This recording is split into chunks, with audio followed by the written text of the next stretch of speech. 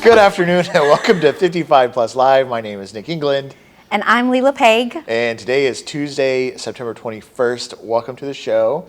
We're back. We're back. We're monthly now, but Yes. we're not going anywhere. Here for 55 Plus Live. How are you, Lila?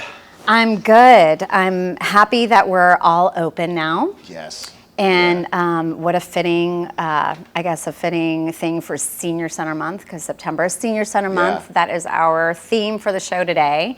Mm-hmm. And all the centers are open. Yes. Well, Walter except Reed. for Walter Reed. Yes. But that's okay because Walter Reed's being put to good use for public health. They're ramping up vaccinations there to I think 100 per hour. Is what I heard. Oh, wow. So they're hoping to get 800 people a day vaccinated. Wow. Through those boosters and for the kids. So go public health, do your thing. Please get through all that kind of stuff. So and the programs from Walter Reed, most of them were able to be relocated. Right. Yeah, so exactly. that's good news. Yep. Yeah. So Senior Center Month, what do we got going on? A lot. Well, like we said, we all opened on the 13th. Centers are open.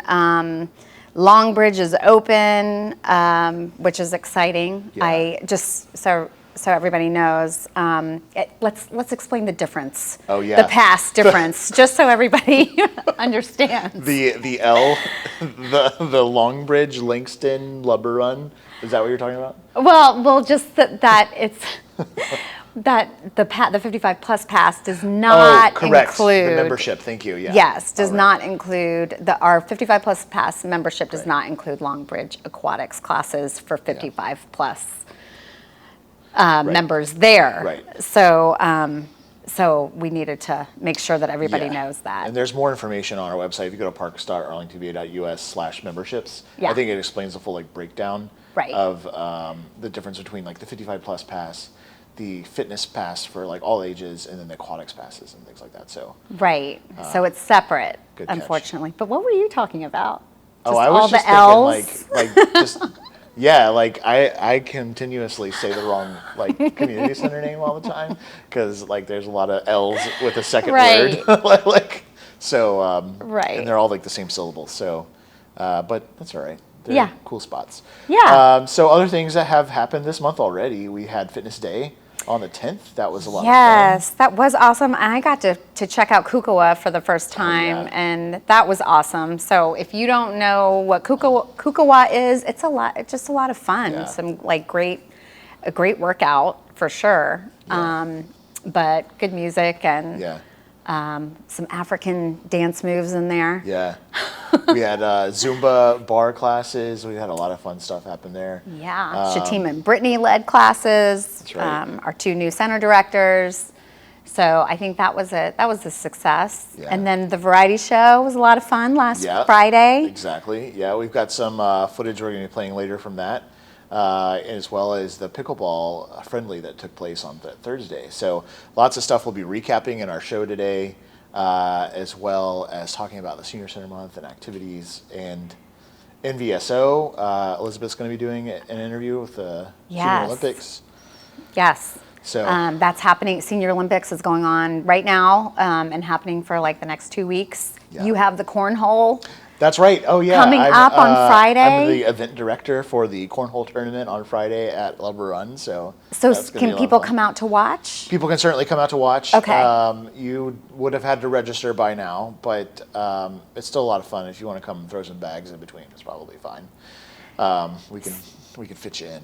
So something I've noticed and that people have let me know, pickleball is now the fastest growing sport in the country. Yeah.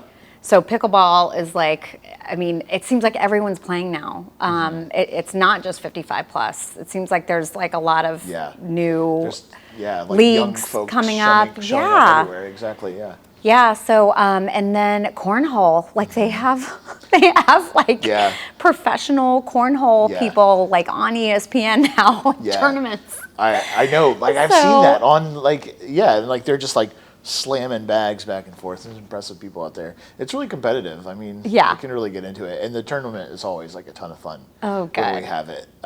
We like to play music and have a good Yeah. time. And, you know, like when it gets down to the last few in the tournament, everybody kind of like comes to watch, and it's really entertaining. Yeah. So, And that's at Lubber Run, right? yeah. Okay.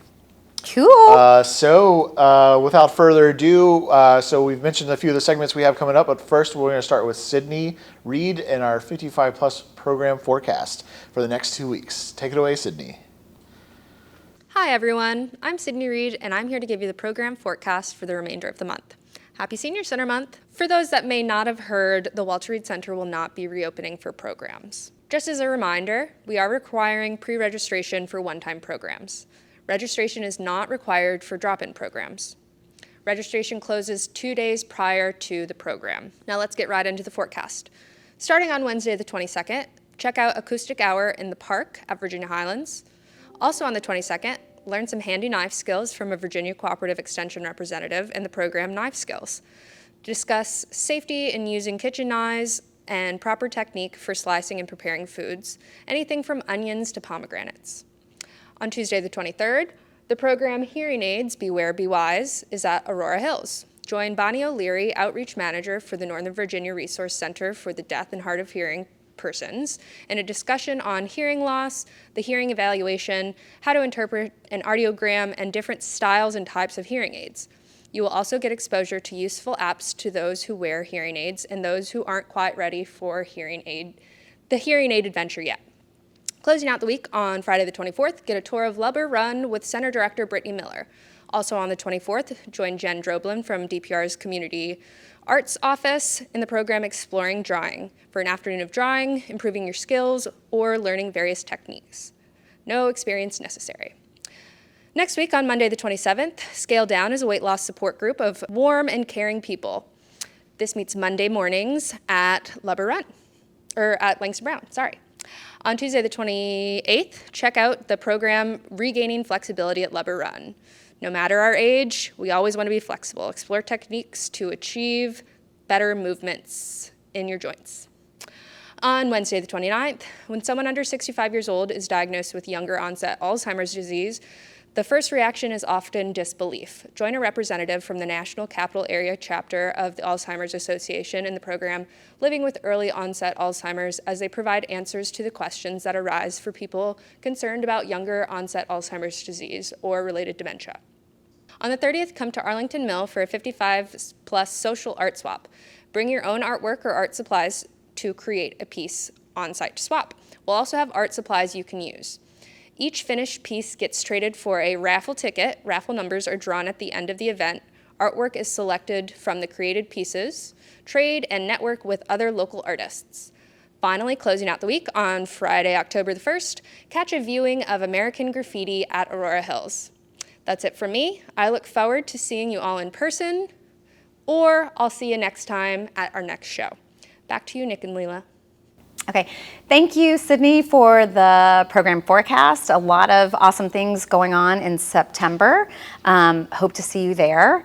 And just wanted to plug Acoustic Hour in the Park. Sydney mentioned that it is at Virginia Highlands Park, and it is outside on the plaza with Ed and Phil. So that should be a lot of fun, just outdoor music in the park. So hopefully it'll be beautiful weather tomorrow. And next we have Elizabeth with the Front Yard interview. So take it away, Elizabeth. Hi, and welcome to another segment of Front Yard Interviews. It is Senior Center Month, and it's also the Northern Virginia Senior Olympics, which just started this past Saturday. And I'm here with Herb Levitan, who is very active in this event. So let's talk to Herb. Hi, Herb. Thanks for joining us. Oh, you're welcome. It's my pleasure. So can you give us a little background on the Northern Virginia Senior Olympics? Yes. It started in 1982 with Fairfax County sponsoring it, and I guess it proved so popular at that time that now it's 9 jurisdictions in Northern Virginia who are participating and sponsoring it. And their sponsorship consists of providing personnel, such as Nick, to help with things and to act as event directors. They also provide space, such as Love Run and Thomas Jefferson Community Center, for events to be held. And in various ways, they support the Olympics, Senior Olympics, very well. Great. Now you're involved in two different ways, as a participant and as a volunteer. What got you started with the Senior Olympics? I started about 6 months after I retired, looking for things to contribute to the community. And my wife found an ad in the Gazette, or one of the Gazettes, that advertised the Northern Virginia Senior Olympics, and she suggested I try it. And I started out with 3 events, a couple of swimming events and softball throwing, and I was successful enough in that to encourage me to come back. Well, That's what I've been doing since then. that's great. So are those your key events, swimming and softball throwing, or have you expanded? No, yeah, I've expanded a little bit from those 3. I often do between 20 and 25 events over the course of about 10 days or 2 weeks. And swimming is still a mainstay, but I cycle and I play pickleball and bocce and baseball hit and throw and various other things. Wow. And I also try out other events that I've never done before just to see what it's like, because it's a very welcoming community, and people are welcome to do what they've done before or not. Okay, great. And so have you won any medals? Can you share that? Yes, I think I've won more than my share of medals. Congratulations. Thank you. And so, with COVID, is there a different protocol that's going on for the events? Yes, there is, of course. We were concerned about that in early 2020, and we were planning for how to do it the next year, this year in 2021. And we polled all of the people who registered to see what their vaccination status was. And fortunately, more than 97% of the people responded that they had been vaccinated. Wow, that's great. And less than 1% said that they had not, and 2% preferred not to respond to the question. So 97% in fact were vaccinated. That's a great and number. that reassured us that we could run a safe event, particularly in outdoors and in large spaces indoors. Okay. And we've told people up front that we were going to follow the protocols of the federal, state, and county officials about how to behave. And so we're encouraging people to wear masks indoors and outdoors when they're not participating. And the county at least has said if you're actively participating indoors, you don't have to wear a mask. And of course, we're observing the social protocol of at least 6 feet. Well, that's great. So if someone was interested in, just thinking about participating in the Senior Olympics, do you have any advice that you would share with them to get started? Yes. Well, of course, they should look at the website, and that will give them a sense of the kinds of events that are offered and where they are. And they should go and look at them and see how much fun the participants have and what the level of competition is, and be encouraged to consider registering and participating. Well, that's great. And then is there anything else you want people to know about the Senior Olympics? Maybe you want to talk about the need for volunteers at the event. Yeah, there's a great need for volunteers, both on a short-term basis, that is helping out with retrieving things that are thrown, or timing in swimming or in track events, or measuring distances that people have thrown things.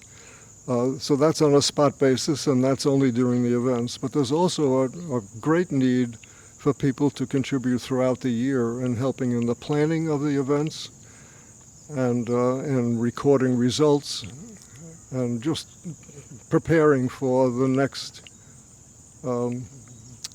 NVSO. Yes. How many participants, do you know how many participants participate in the event?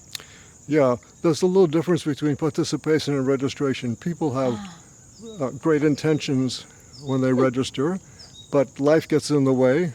And but we've had 700, almost 700 people register Wow, this year. that's a good number. And yeah, it's a good number. But that's in spite of the fact that in the past, we've had more than 70 events offered and have enrollments. People register, up to 900 people have registered. But this year we've had to drop down to about 55 events because the indoor events that require people to sit around tables in close proximity have not been run. And so with 55 events and 700 participants, that's terrific. Well, that's great. And you did say that you need volunteers, so We certainly need volunteers. and they can check out the website for that information. Yes, and the event directors are listed next to each event. So if there's a particular event that's of interest to a volunteer, they can contact the event director directly by email or by phone and find out if they're still needed, and then show up, and they'll be trained on site. Okay, great. Well, thanks, Herb, for all that great information. Good luck to you. I hope you bring home some more medals. So that is all we have to say about the Senior Olympics. Check out their website. If you've got time, can you volunteer? That would be great. And back to you, Nick and Lila. Thank you so much, Elizabeth. So next up, we're going to go to a little bit of a recap from the pickleball friendly that took place on September 9th. Chuck Haddon's going to say a little bit about what the event was all about, as who it was dedicated to, and kind of what happened. So we'll go there. Yeah.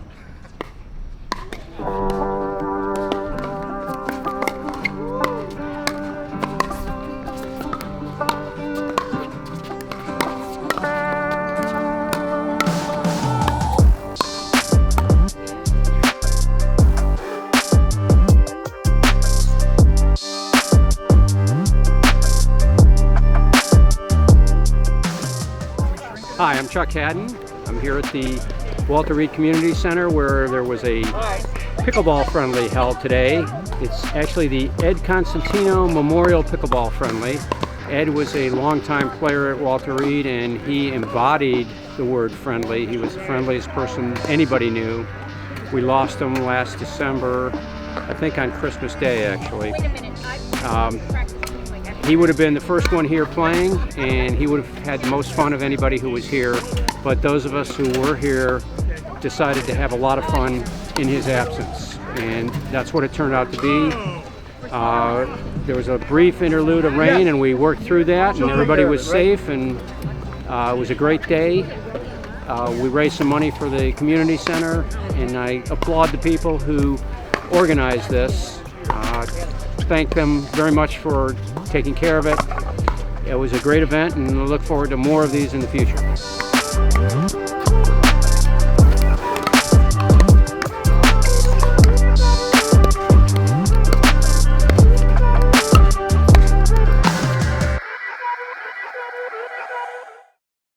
All right, and to wrap up our program today, we have, of course, our top 5 segment.